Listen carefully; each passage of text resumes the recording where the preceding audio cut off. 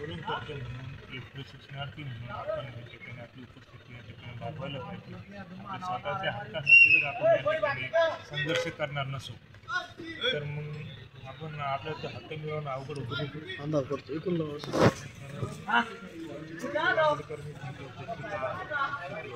संघटित पण आपण लढायच्या वेळेस आपलं प्रशिक्षणार्थी जर बाहेर घरी बसून असते तरी धर्माने आपल्याला तो अधिकार दिला आहे. आपण त्या आमदाराविषयी आपण वाईट बोलतो, वाईट बोलतो ना कुठे पब्लिकला त्रास नाही असं पण करतो की आपल्याला आपण जास्त लोक करतो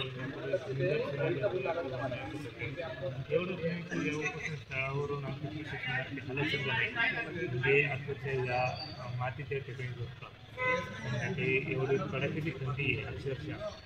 आणि मुलं तर 1, 2, 3 दिवसाची तयारीने आलेली मुलं आहेत आणि यांना 7-7 दिवस झाले अक्षरशः म्हणजे अंगावर घेण्यासाठी त्यांना पुरेसे कपडे नाही तरी प्रशिक्षणार्थी इथे बसून आहे.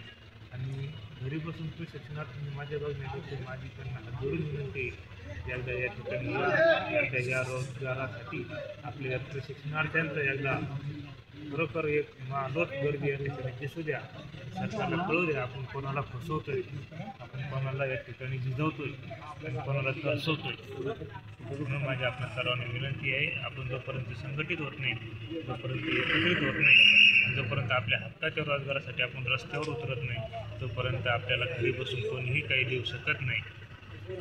आणि म्हणून माझी आपली विनंती आहे की आपण सर्वांनी लवकरात लवकर ठिकाणी कृपा करा. समजा उद्या आपल्याला किंवा आपल्या शिष्टमंडळाला मुंबई येथे बैठकीसाठी बोलवण्यात आले तर आपण इथे गोल्फ क्लब मैदान या ठिकाणी किती उपस्थिती प्रशिक्षणार्थींची अपेक्षित आहे आपल्याला त्याबद्दल काय सांगू शकता? सर आता सध्या तरी हजाराच्या आता आकडा आला आहे आज आपला उपस्थित स्थळी प्रशिक्षणार्थी.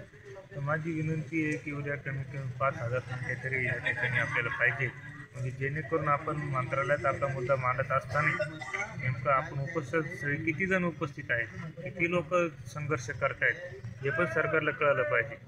तुमच्या डोक्यात काय आहे सरकार बघत नाही पण तुमची डोकी किती हे बघते. या ठिकाणी बच्चूभाऊंचं आसन किंवा मनोज दादांचं उदाहरण आपण डोळ्यासमोर ठेवू शकता. जर समजा ते अडाणी लोकांचे शेतकऱ्यांचं जर संघटन करून लढवू शकतात तर आपण सुशिक्षित आहोत, आपण प्रशिक्षित आहोत, आपण ग्रॅज्युएशन पोस्ट ग्रॅज्युएशन 2-2, 3-3 पदव्या घेतलेले आहोत. मग आपण आपल्या हक्कासाठी एकत्र का येऊ शकत नाही, आपल्या हक्कासाठी का लढू शकत नाही हा प्रश्न स्वतःच्या मनाला विचारा. आज 8-8 दिवस 6-6 दिवस झाले आणि 8 जण या ठिकाणी उपोषण करतोय. तुम्हाला दया का येत नाही?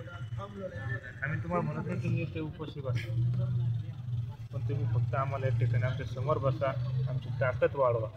आम्ही शरीराने खचलोय फक्त आता मनाने खचून देऊ नका एवढीच तुम्हाला विनंती करतो. आणि उद्या होईल तेवढ्या संख्येने जास्तीत जास्त संख्येने या ठिकाणी अनंत कान्हेरे मैदान क्रांतिकारक ज्यांनी इंग्रजांची त्यांची हत्या केली असे अनंत कान्हेरे मैदान क्रांतिकारक म्हणून त्यांना ओळखलं. त्या क्रांतिकारकच्या मैदानावर आपण या ठिकाणी यावं आणि एक रोजगाराच्या बाबतीत मोठी क्रांती आपण या ठिकाणी घडवून आणावी अशी मी आपण सर्वांना विनंती करतो. आज दिवसभरातील घडामोडीमध्ये एक क्षण असा होता की इथे बसलेल्या सर्वांच्या डोळ्यामध्ये पाणी होते. त्याबद्दल आपली भावना काय कोणत्या शब्दात व्यक्त करायला? ती भावना सांगू शकत नाही. ती भावना जी होती आज राज्याचे नेतृत्व करत असताना तर मी आमचे निलेश वसंत सर यांनी पूर्ण घडामोड सांगितली काय होते काय घडते आणि आमच्या 8 जणांसाठी त्यांच्या डोळ्यात पाणी आलं. अक्षरशः तो व्यक्ती तर सकाळचं जेवण संध्याकाळी 4 आणि 5 वाजता करतो म्हणजे एकच जेवण करतो ते पण असंच करतोय. त्यांना पण आमची काळजी ते पण या ठिकाणी प्रयत्न करतात. प्रशासकीय हालचाली होण्यासाठी ते पूर्णपणे जे प्रयत्न करतात कलेक्टर साहेबांकडे असते त्यांच्याकडे असते मंत्रालयात असो सचिवांकडे काय पात्र व्यवहार करायचा सर्व जबाबदारी ते बघतात. आणि कुठेतरी प्रशिक्षणार्थी घरी बसून आमची माझ्या बघतात त्यावेळेस कुठेतरी वाईट वाटतं. आपण ज्या सुशिक्षितांचा लढा या ठिकाणी लढतोय ते सुशिक्षित लोक घरात बसून आमची चिंता उडवतात माझ्याकडे होतात. हा एक कुठेतरी मनाला प्रकार असा म्हणता येईल. आणि प्रशिक्षणार्थींनी आता तरी स्वतःचा स्वाभिमान थोडा जागृत करून आपल्या स्वतःच्या हक्कासाठी या लढ्यात सहभागी व्हावं आणि या सुवर्ण भागीदार पण होण्याचा एक क्षण आपल्याला येऊ शकतो, एक संधी आपल्याला मिळू शकते. त्यासाठी आपल्याला ते संख्याबळ दाखवून आज दिवसभरात असे काही क्षण आले की प्रशासनावर आळशीपणा किंवा मग दिरंगाई यामुळे लोकनेते बालाजी पाटील चाकूरकर साहेब यांनी प्रशासनावर अगदी धिंडवडे काढले, याबद्दल काय सांगणार? प्रशासनाने नक्कीच आपण ज्या विभागामार्फत काम करतोय त्या विभागाचे आयुक्त जर आपल्या उपसमिती 6व्या 7व्या दिवशी भेटायला येत असेल, जेव्हा आपण कल्पना करू शकतो की प्रशासनाचा किती ढिला काळापासून आवश्यक असताना देखील 6-7 दिवस या ठिकाणी मेडिकल चेकअप होत नाही, तपासणी होत नाही. जर उपोषणाला बसलो तुम्हाला आम्ही पत्र दिल्यानंतर तुमच्या ठिकाणी दिवसातून 2 वेळा तरी कमीत कमी उपोषणकर्त्यांची तपासणी झाली पाहिजे. शुगर BP वगैरे तुमचं चेक करण्याचं काम पण गेल्या 6 दिवसात तुम्ही फक्त 2दा चेक केलं. ते पण आज जे चेक केलं त्यासाठी एवढा मोठा दंगा झाला तेव्हा ते चेक केलं. 2-3 प्रशिक्षणार्थी जेव्हा मृत्यूच्या दारात आहे, जे प्रशिक्षणार्थी अजूनही चांगल्या प्रकारचे होशमध्ये नाही अजून. हे सगळा दंगा झाल्यानंतर साहजिकच नेतृत्व म्हणून या प्रशिक्षणार्थींची जबाबदारी म्हणून त्यांचे संतप्त होणं, तुकाराम बाबा असतील किंवा चाकूरकर साहेब असतील, त्यांचं संतप्त होणं साहजिकच आहे.